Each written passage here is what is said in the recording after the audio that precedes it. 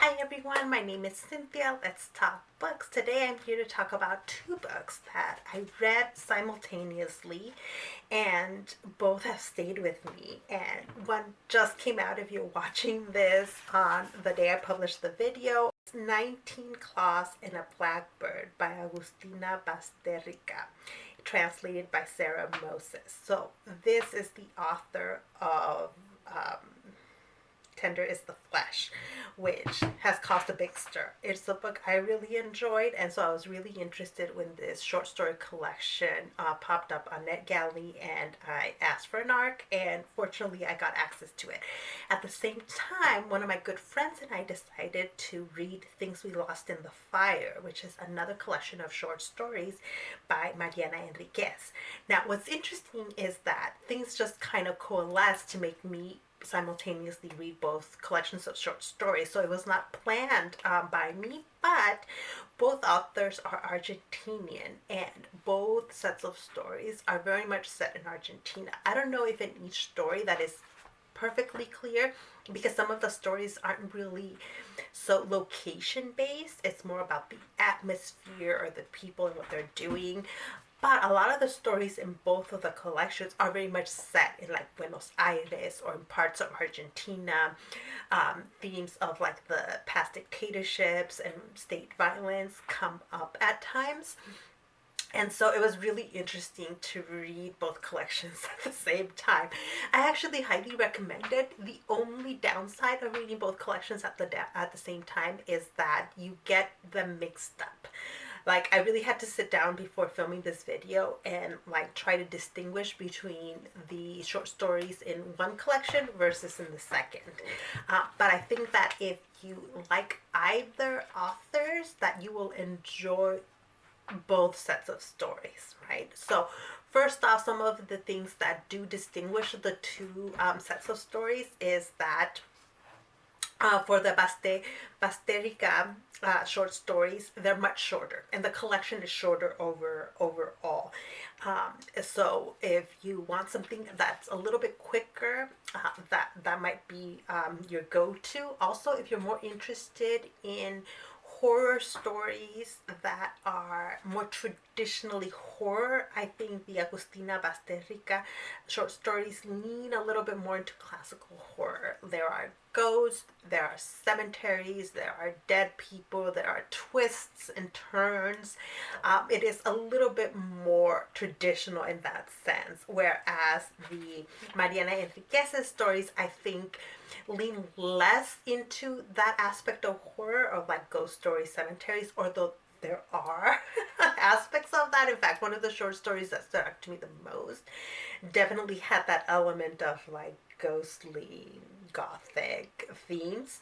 But I do think that the Agustina Bazterrica stories lean more that way. The Mariana Enriquez stories, I think, lean more heavily into like social commentary, though both of them have those themes. There is clear social commentary in both. I think it's just a little bit more present, or those themes lean a little bit heavier in the Mariana Enriquez's stories. Hopefully that makes sense. In the Agustina Bazterrica stories, the one story that really stood out to me was, I think it's the second story. It's about a bunny. It's called Roberto. And I mean, the short story, the first line, it starts off, and this is not a direct quote, but it starts off where there's a bunny in between my legs, and the narrator is a young girl. I'll leave it at that. So there's the social commentary there is clear. It is really shocking, and there's it's just one of those, like, it really stays with you when you read that short story. There are some stories in that in this collection that I thought didn't quite work for me. Some of the shorter ones actually worked really well for me, but I did tend to like some of the longer ones a little bit better. I don't know what that means, because I tend to not be a big fan of short stories or like novellas. I tend to like longer longer works of fiction. And again, I don't know what that says about me, but the Mariana Enriquez's short stories tend to be longer. There are some shorter ones in there, but they tend to be longer.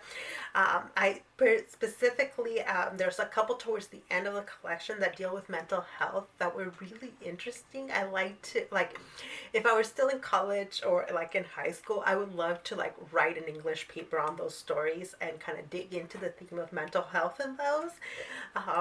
But since I am no longer a student, I am going to leave that for a different time, maybe for a reread, to delve more into those themes. There's a short story called Adela's House. That is a short story that was published before Our Share of Night. And if you haven't seen my review of Our Share of Night, I love that book. It is about a cult and the people that are navigating this cult. But this short story of Adela's House is in Our Share of Night. There's a section of Our Share of Night that is a newer version of this short story. So as soon as I started reading Adela's House, I recognized it. I recognized exactly what was happening, though there are clear differences. Like, this is clearly Mariana Enriquez working through some of the themes that will end up in Our Share of Night. So if you've read Our Share of Night, you will definitely recognize Adela's House, and just with the title, I think you know what I'm talking about. Let's see, there's also the short story The Dirty Kid that kind of stayed with me, and it's one of the early stories, and it kind of just introduces you to the kinds of themes that Mariana Enriquez deals with, and that is themes that will make you uncomfortable. I think that is the main theme running through probably both sets of short stories here, but it's like, these stories are not meant to make you feel good. They're not tied off with a neat bow at the end. And even in horror, right? Horror is meant to make you uncomfortable. But sometimes even the thing like, ooh, but it's a ghost, or but they're alive, like that kind of is an expectation, one of the expectations within some elements of horror that can be very satisfying, but that's not always present in all of these short stories, and that is definitely here in this book, because there's not a ton of like spooky horror, but there's social horror. And I think that's why this story felt so uncomfortable, and why I kind of really liked it.